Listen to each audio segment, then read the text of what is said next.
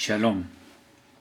¿Alguna vez te han abordado dentro de un medio de transporte o en un parque u otro sitio público para proponerte un plan de salvación? Pues bien, tal cosa, que es muy común desde hace ya muchos años, es un método de evangelización que ha tenido cierto éxito y que corresponde a lo que comúnmente se denomina la Gran Comisión.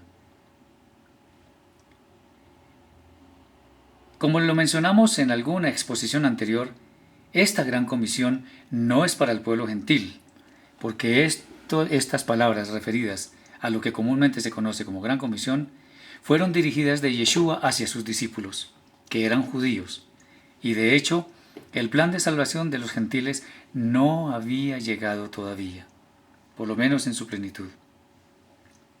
Pero suponiendo aún que tal cosa aplica a los gentiles, veamos si corresponde con las instrucciones de Yeshua. El maestro dijo: id y haced discípulos. Esto significa que había que ir a muchos lugares a hacer discípulos. Lo que se nos ocurre ahora es preguntar si tal objetivo se logra buscando a la gente para que se convierta y sea un discípulo. Pues bien, aquí hay una tremenda inexactitud en cuanto al procedimiento. Teniendo en cuenta que Yeshua habló a sus discípulos, ellos sabían exactamente qué significaba hacer discípulos.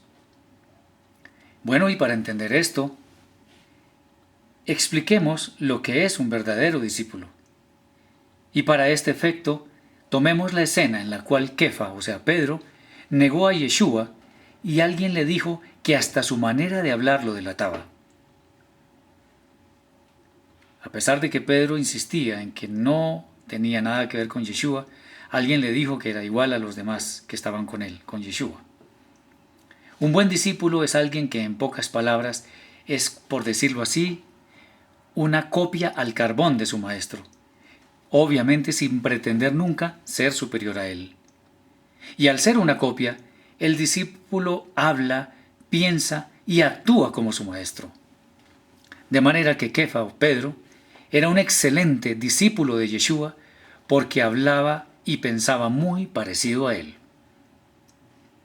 Pero este es un proceso que se da en mucho tiempo y no en forma instantánea por hacer una oración de fe, que además no garantiza que la persona va a ser un discípulo y va a ser convertida a la fe que nosotros profesamos.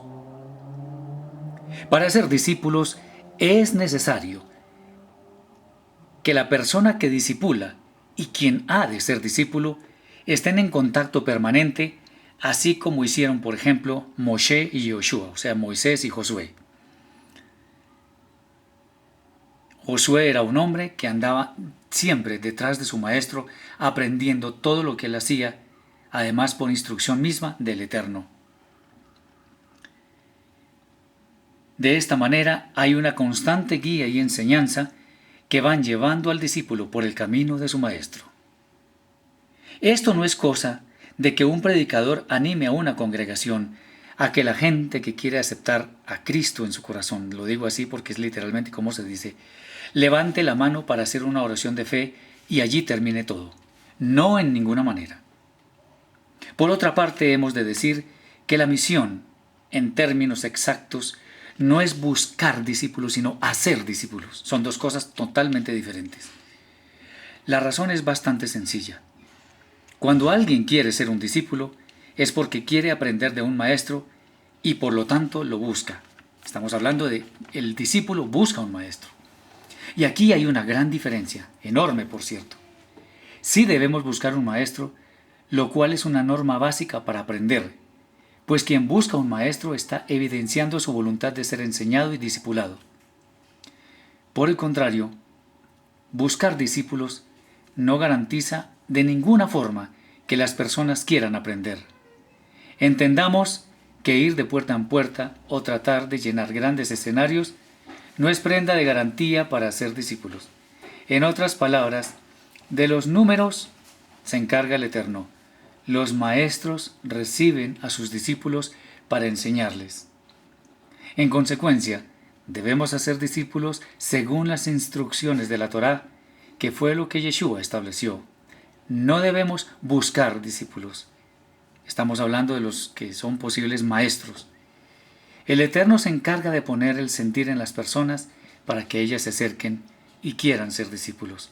Espero que este mensaje te haya bendecido. Para cualquier duda o inquietud respecto del tema, nuestro correo es hgarciao@hotmail.com. Shalom.